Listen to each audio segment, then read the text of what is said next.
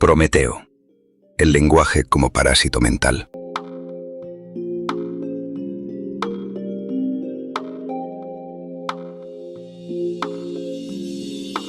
Prometeo no robó el fuego de los dioses.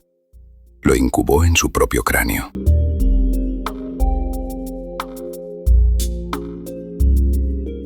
Pero ese fuego no solo ilumina, sino que también consume. Hubo un día, aunque nadie sabría señalarlo en el calendario ni en el mapa, en que una criatura humana, probablemente despeinada y algo sorprendida de sí misma, pronunció una frase que no se había oído jamás en la tierra. Y no era un simple gruñido de esos que uno suelta cuando se da con el dedo meñique en la esquina de una piedra, ni tampoco otro de esos ecos guturales que componían la sinfonía de la comunicación prehistórica.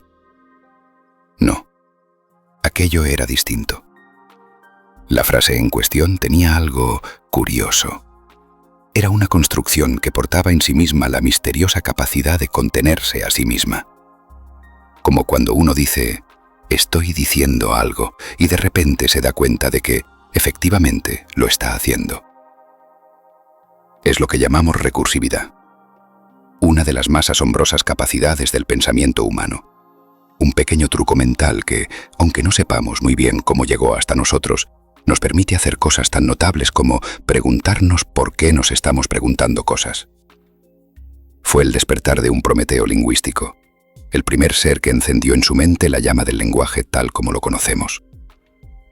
Lo asombroso no es solo que aquello ocurriera, sino que pudiera haber ocurrido de golpe, en un solo individuo, como un relámpago biológico que fracturó la historia natural del silencio. En The Language Game, los científicos cognitivos Morten H. Christiansen y Nick Chater defienden esta conjetura y desafían frontalmente la visión dominante de que el lenguaje haya sido el resultado de una lenta adaptación biológica, afinada generación tras generación. Así, esta narrativa neodarwinista, que imagina el lenguaje como un instrumento depurado por la selección natural, se ve desplazada por la idea de que su origen fue abrupto, casi milagroso. La mutación. Desde mediados del siglo XX, hay pocas figuras tan influyentes y francamente tan desconcertantes en el mundo del pensamiento como Noam Chomsky.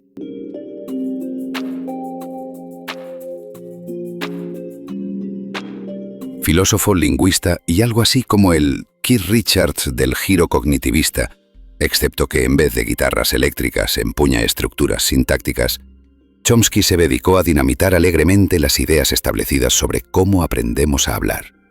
Hasta entonces, la teoría más popular sostenía que los niños adquirían el lenguaje un poco como los perros aprenden trucos, con premios, repeticiones y muchos no, así no.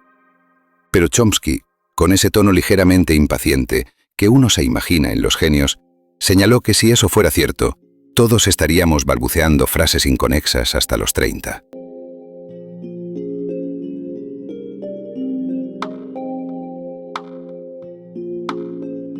Según él, venimos al mundo equipados con algo mucho más sofisticado, una gramática universal integrada en nuestro cableado cerebral, lista para activarse en cuanto oímos nuestras primeras palabras.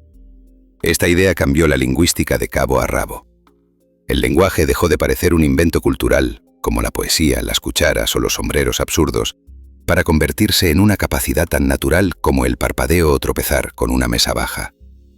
Pero Chomsky, hombre que nunca se ha detenido ante una idea radical si puede empujarla aún más lejos, fue un paso más allá.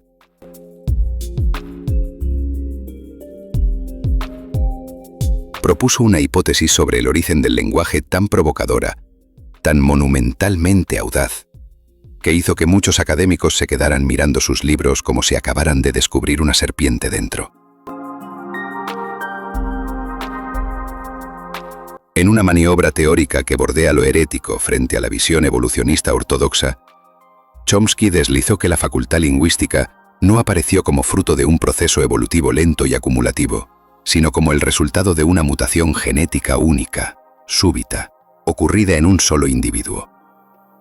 A ese hipotético ser humano primigenio, una figura casi mitológica a la que él mismo apoda Prometeo, se le habría otorgado de golpe la capacidad de producir estructuras recursivas, enunciados capaces de contener otros enunciados, como cajas chinas o matrioscas verbales.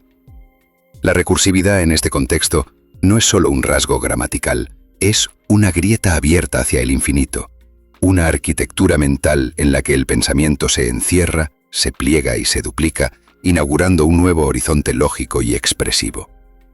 Esta capacidad, que distingue el lenguaje humano de cualquier otro sistema comunicativo conocido, no habría requerido de una compleja transición evolutiva, sino que habría surgido como una singularidad biológica, una chispa espontánea cuyas consecuencias cognitivas y culturales serían incalculables.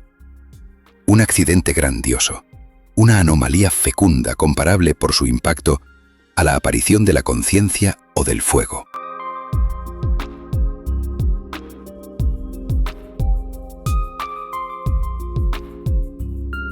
Los límites de la recursividad.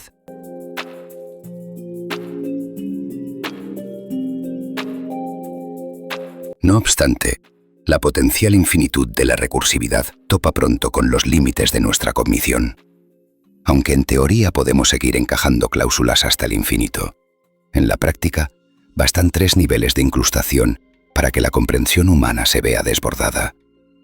La recursividad, esa joya de la corona de nuestra sintaxis, revela también la fragilidad de nuestra mente frente a su propio poder.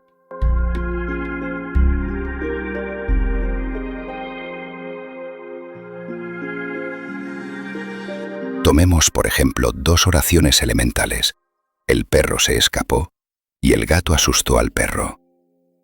Al aplicar la recursividad, podemos incrustar la segunda dentro de la primera, produciendo una estructura jerárquica como la siguiente.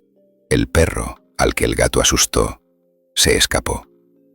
Aquí la oración subordinada está embebida dentro de la principal, generando una complejidad sintáctica que no altera la comprensibilidad. Pero este juego puede proseguir.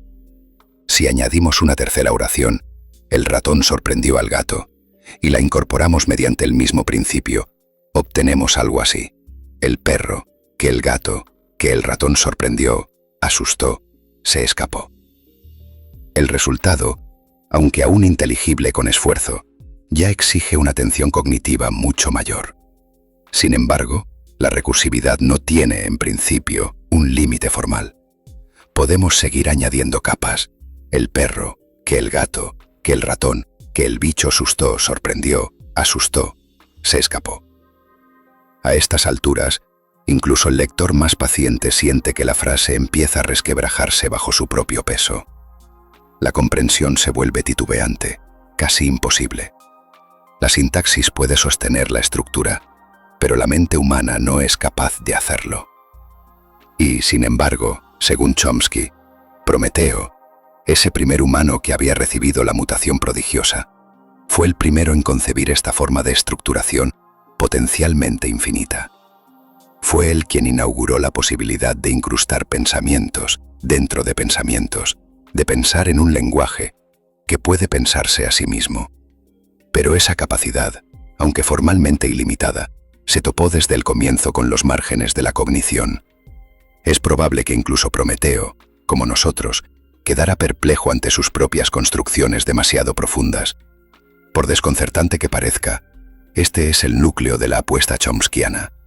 Antes de Prometeo no existía el lenguaje humano.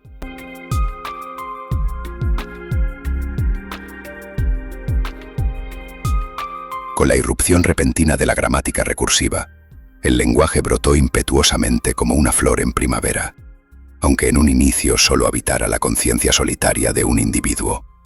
Lo que siguió no fue una lenta adquisición de una facultad, sino la difusión de una posibilidad súbita, como si una nueva dimensión del ser se hubiera abierto de pronto, esperando ser habitada. Porque el lenguaje, una vez surgido, no se limita a servirnos. Se instala, se expande y a veces nos desborda. Como un parásito mental, vive en nosotros, se alimenta de nuestra memoria y de nuestras emociones. Reorganiza el mundo que percibimos y hasta los modos en que podemos imaginarlo. Prometeo, en esta lectura, no robó el fuego de los dioses. Lo incubó en su propio cráneo. Pero ese fuego no solo ilumina, sino que también consume. Quizá por eso, siglos más tarde, los antiguos advertirían que logos es también logos, palabra y razón, pero también cálculo, disputa y delirio.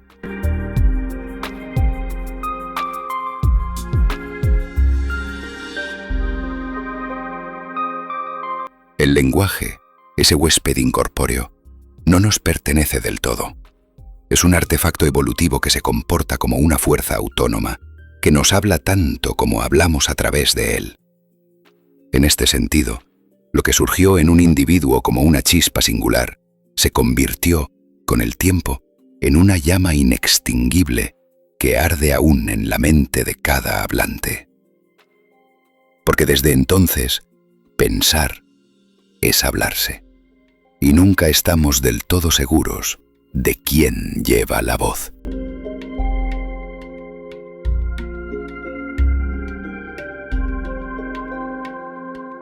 Prometeo, el lenguaje como parásito mental.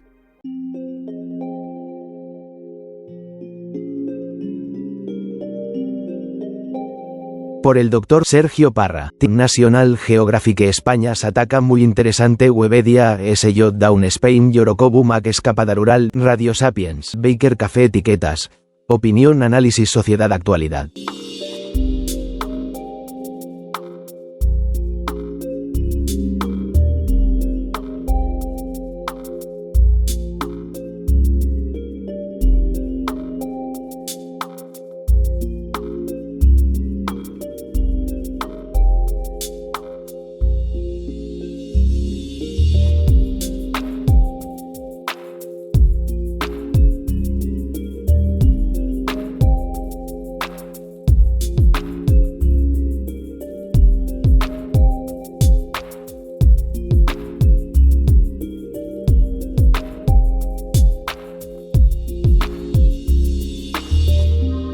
Nos seguimos leyendo, escuchando y compartiendo.